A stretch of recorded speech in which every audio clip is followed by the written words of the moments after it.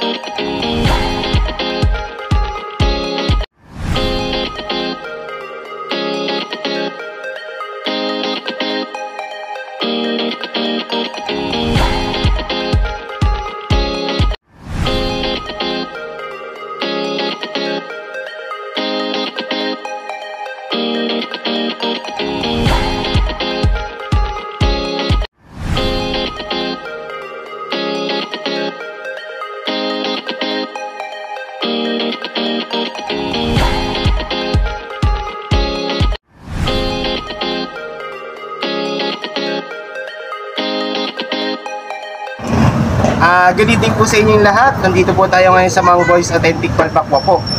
Meron po tayo tinatawag dito ang balbakwa po, balbakwa pata at saka padat po. Then meron din na tayong pork humba. Then meron tayong pork tinakdakan.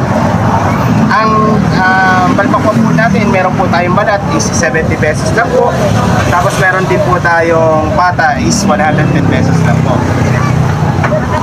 Tapos pag pata balat naman po ang inabail nyo, for only 160 pesos lang po. Ang humba natin is nagkakalaga lang po ng 80 pesos po, then si dinakdakan is 70 pesos.